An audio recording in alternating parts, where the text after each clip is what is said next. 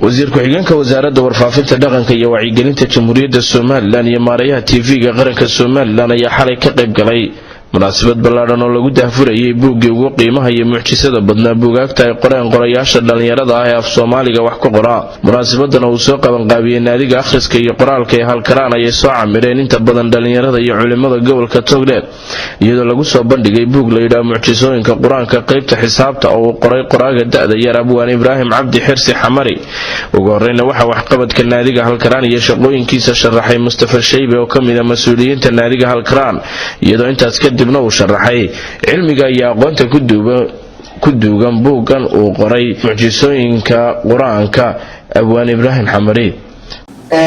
naadiga akhriska quraanka halkaraan wuxuu ahaa naadigii saddexaad ee laga aasaasay jamhuuriyadda Soomaaliland. laba naadi hore ka horreeyay laakiin si wanaag labadii naadi kale ma shaqeeyaan halka wali naadiga halkaraan iska laba shaqeeyo. waa naadiga horreeyay ee gobolka ka ilgariya maktabad ama library public oo wax lagu akhristo.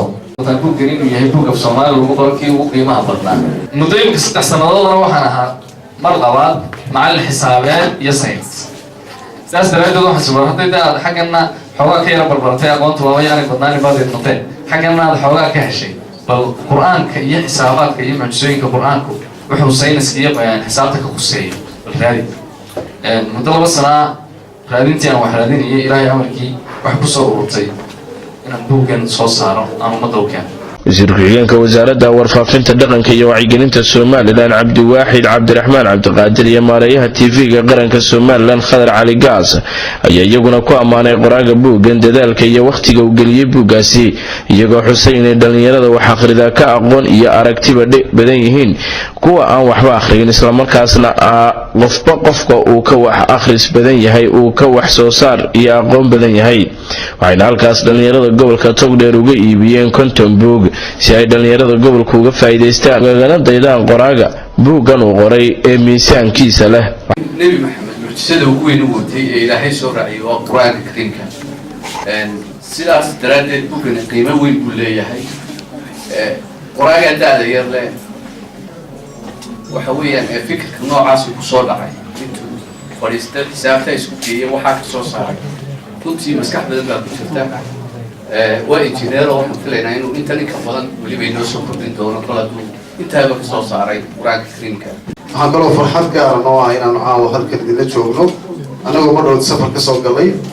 waanu mahadcelinayaa qoraaga buugga waqti badan geliyay Ibraahim Cabdi Xirsi runtii buug aad u qiimo badan